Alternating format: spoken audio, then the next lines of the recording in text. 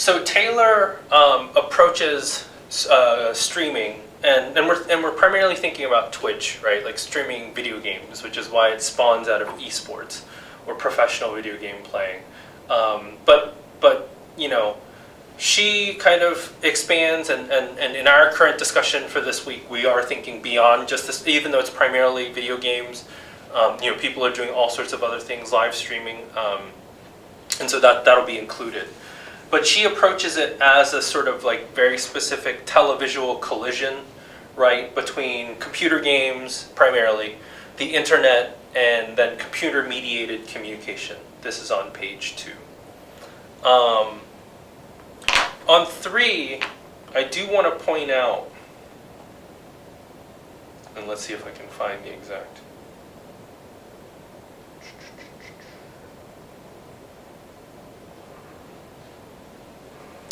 That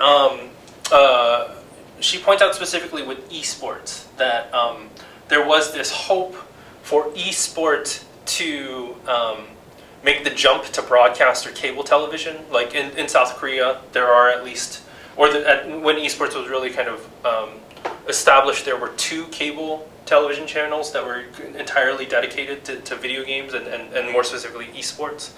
I'm thinking right now, just recently, the way, and I know I've brought him up before, but Sean Evans from Hot Ones and First We Feast has now made the jump to broadcast television, where there's a Hot Ones television show. It's like, why do people do that, right? And that is something that we have to think about. It's like, if the internet and Instagram and Twitch are so great, then why are so many people trying to make the jump to something like broadcast television, mainstream cinema, or cable television for that matter? And there are 2 really easy reasons for it. It's like, one, it's just as much money as you might make on YouTube, and we know that you don't make, or Twitch, we know for a fact that you don't make nearly as much as you might think. There's so much more revenue in mainstream, right? There's just so much. There are more eyeballs for as millions of people there watching. A lot of those millions are coming from overseas. To get access to American audiences, you have to go to mainstream. And 2, there's still a hierarchy, right? There's still a kind of cultural hierarchy, right? So just to give you an example, like Ninja, the Fortnite streamer, yeah, he might be like one of the most, if not the most successful game streamer. Culturally, does he have the same cachet as Brad Pitt does, or Bradley Cooper, any of the Brads? I mean, can you tell me with a straight face that he does? So there is still a desire that, as much as like people might like the kind of alternative or being part of the sort of alternative sphere, there's always going to be that legitimizing, well, not always, there still remains the legitimizing function of cinema and television, right? Okay. And again, part of that is, fascinatingly enough, right? So again, we love to talk about the sort of freedom and absolute liberation and universal access of the internet, but it doesn't have the reach and distribution of television at the end of the day, right? And that's what, like, it's not, television wants to get into the internet, but that's what I'm trying to point out. It's a two-way street. It's not just like television producers are trying to produce streaming content. Like, streaming content wants to get on television too. Everyone just wants more money. So the origins of Twitch spun out of Justin TV. I didn't know this, in June of 2011, fairly new, right, comparatively. On 3, at least, the numbers that were recent at the time. This is the second full paragraph. 2.2 million unique broadcasters per month in 2017. 17,000 plus members in the Twitch Partner Program. 110,000 creators in the affiliates program, and about 10 million daily active users. I'm sure this has gone up exponentially in the 3 years since, right? Going into the next page, 3 and 4, Twitch has been central to esports in the US, right? But other people are getting into live content, which again, like, emphasizes that, like, going live, it starts with games, but it's not really, what it's about so much anymore. Facebook, YouTube, ESL, DreamHack, PGL, MLG, and then companies like Riot and Valve, Blizzard, and then the PS4, the Xbox, and Twitter all have live functionality now, right? So it's not enough about producing content, putting up content, but also doing it live. But it's really interesting to do this on YouTube Live. I don't know if I would have the kind of metal to do it, but that's not true since, you know, on Thursday we'll be streaming class live, right? So, I mean, interesting to think about, like how a YouTube Live video would look different from a Twitch Live video. 3 years later, after its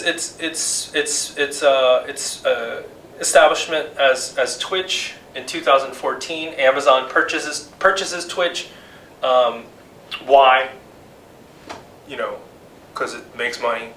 2, there is the incentive for Twitch users and Amazon users to link accounts. I have done this myself, primarily because of, I want to say it was, I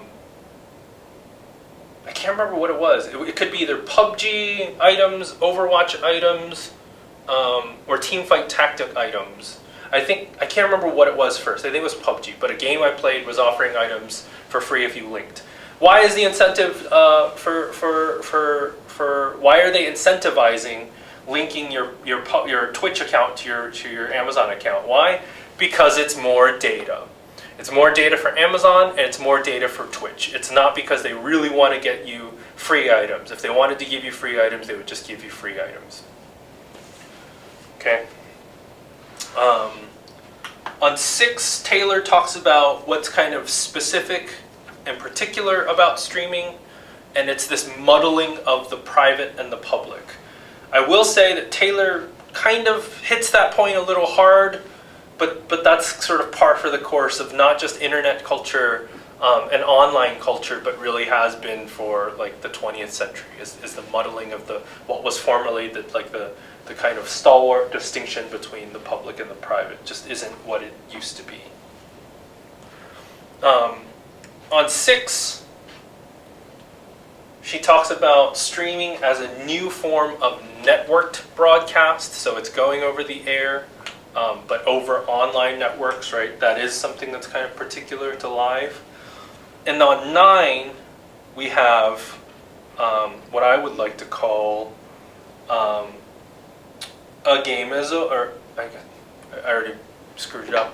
A tale as old as time, which means that we have the participation of media companies getting into the game of streaming, right?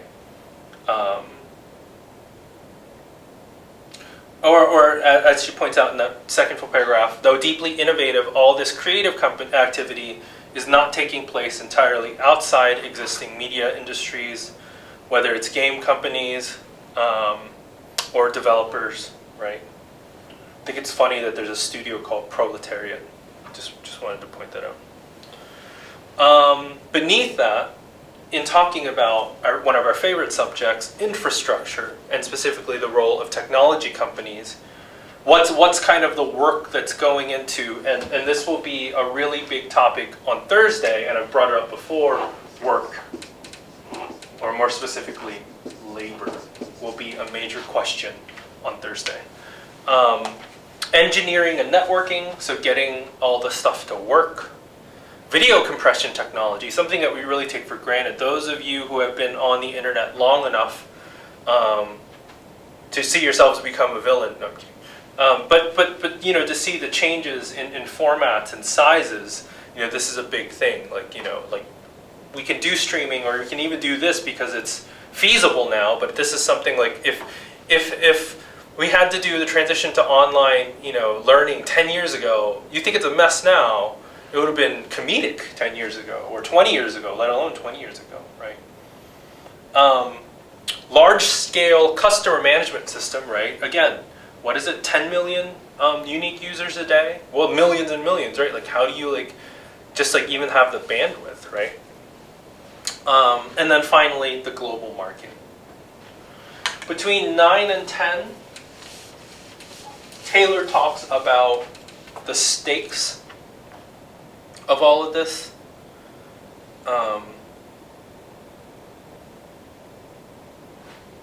What are the stakes?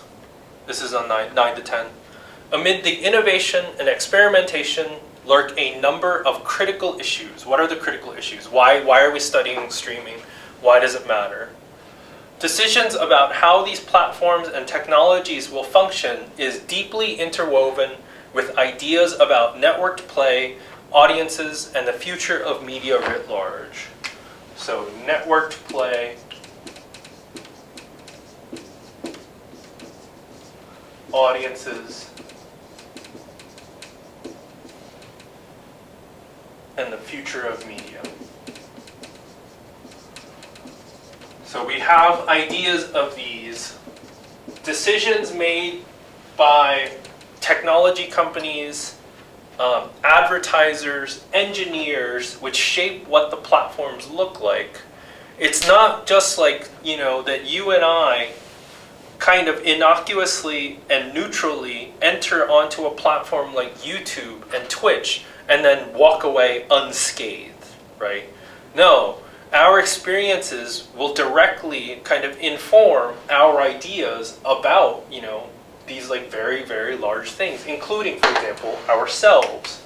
So it's not, this is exactly why, especially early on in the semester, I kind of tried to stop everyone from sort of just simply indulging or relaying what they already thought about Netflix, right? Because it's almost tautological, it's like, this is what I think about Netflix because that's what I thought about Netflix, right? We hadn't taken that step of actually walking away and being like, okay, let's think about this for a second. We were already too deep in it, right? Does that make sense? It's like, another way to put it is that like we want to think that we have our opinions and sort of positions on things are already like, really well informed and well formulated out of critical thinking.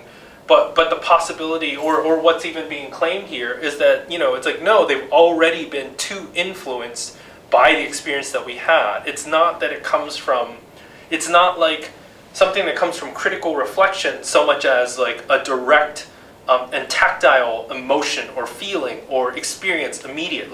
So it's like, almost what she's suggesting is, or the way that I'm interpreting it too, is that like we use Netflix, get all these endorphins going, be really happy, be really unsatisfied with certain things, and immediately talk about, directly that becomes, our sort of responses to it. Or that's the way it's not just about Netflix, but about things like media, streaming media, et cetera, et cetera, et cetera. That like afterwards we kind of retroactively do this.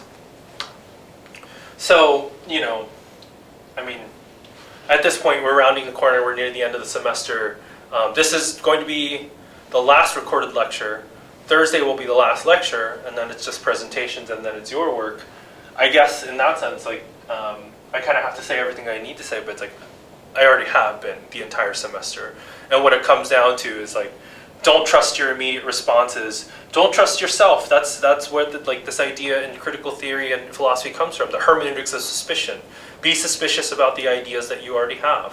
Why do I think this way? Be critical, question them, think about where they come from. So, I've been, let's say, a loyal Netflix customer for over 10 years. Don't just assume because it's so great and I'm so happy and I love it, like maybe there are other things going on. That's what all of this is about, right? So finally, as far as the first section is concerned, she continues that what this will all mean, in addition to what we'll talk about on Thursday, is that it becomes really a question. It's not a question of quality of content. Like, that's the thing, is that when you're only looking from here, it looks like we're talking about this, but when you miss all of this, of course it looks like it's only about this, that it's about quality of content. It's not. For Taylor, it's about ownership in terms of intellectual property, private property, which is, again, these like considerations of capital, and then 2, regulation. It's about the laws, right? Also about capital, right? Okay, so that's the first section. Moving on.